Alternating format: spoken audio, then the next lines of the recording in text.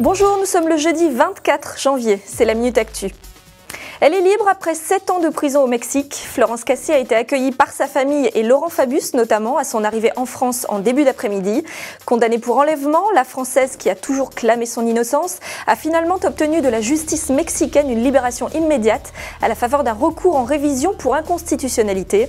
Même acquittée, elle reste coupable aux yeux des Mexicains, comme les familles des personnes kidnappées qui crient leur colère.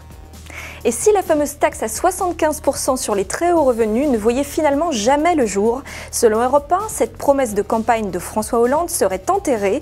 L'Élysée et Matignon démentent formellement tout abandon du projet, mais les difficultés juridiques pour éviter une nouvelle censure par le Conseil constitutionnel demeurent, et le pouvoir souhaiterait faire preuve de bonne volonté à l'égard des investisseurs. Plus de voitures propres en Europe, Bruxelles est prête à installer près de 800 000 bornes pour véhicules électriques à travers le continent à l'horizon 2020.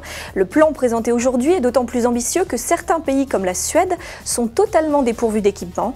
En incluant les installations privées, le parc de bornes européen pourrait ainsi dépasser les 8 millions. Rien qu'en France, le gouvernement espère voir rouler 2 millions de véhicules électriques à cet horizon. À demain pour une nouvelle Minute Actu.